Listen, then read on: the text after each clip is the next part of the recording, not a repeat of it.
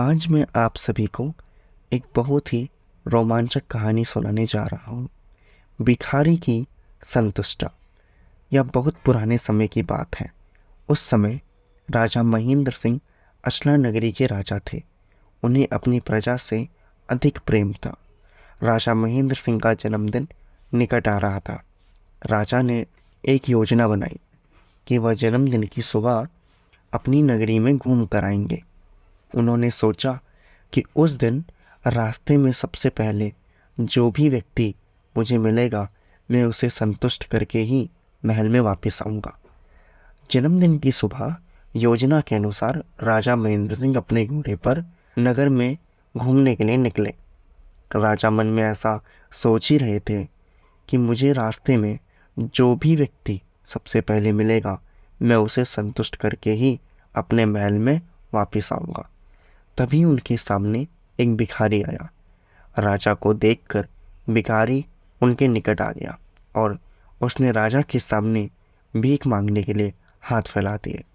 राजा ने भिखारी की ओर देखा और घोड़े पर बैठे बैठे ही एक तांबे का सिक्का भिखारी की ओर उछाल दिया। जैसे ही भिखारी फेंके हुए सिक्के को पकड़ने के लिए आगे भागा, परंतु वह सिक्का उसके हाथ से छूटकर नाली में जा गिरा। भिखारी नाली में हाथ डालकर वह तांबे का सिक्का ढूंढने लगा। राजा ने सोचा, यह क्या हो गया?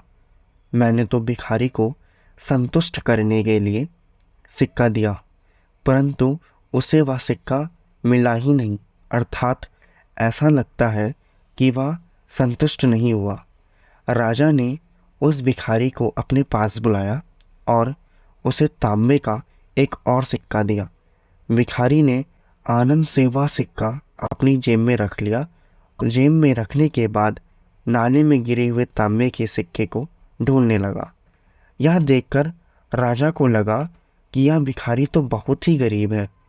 उसको भिखारी पर और दया आ गई। उसने भिखारी को पुनः अपने निकट बुलाया और अब राजा ने एक चांदी का सिक्का भिखारी को दिया। भिखारी ने राजा की जैसे कार लगाई और वह पुनः नाली में गिरे तांबे के सिक्के को ढूंढने लगा। यह देखकर राजा को उस पर और अधिक दया आ गई और अब की बार राजा ने भिखारी को एक सोने का सिक्का दिया। सोने का सिक्का पाकर भिखारी खुशी से झूम उठा और वापस भागकर नाली में गिरे तांबे के सिक्के को ढूंढने लगा। राजा को यह उचित नहीं लगा। उसी समय राजा को स्वयं की बात याद आ गई कि आज मिलने वाले सबसे पहले व्यक्ति को संतुष्ट करना है। उसने भिखारी को पुनः अपने पास बुलाया और उससे कहा कि मैं तुम्हें अपना आधा राजपाट देता हूँ, अब तो तुम संतुष्ट हो ना? भिखारी बोला, मैं संतुष्ट तभी हो सकूँगा जब नाली में गिरा तांबे का सिक्का मुझे मिल जाएगा। भिखारी की यह बात सुनकर राजा महेंद्र सिंह अचंभित हो गए। वह सोचने लगे कि मैंने तो भिखारी को आधा राजपाट भी दे दिया।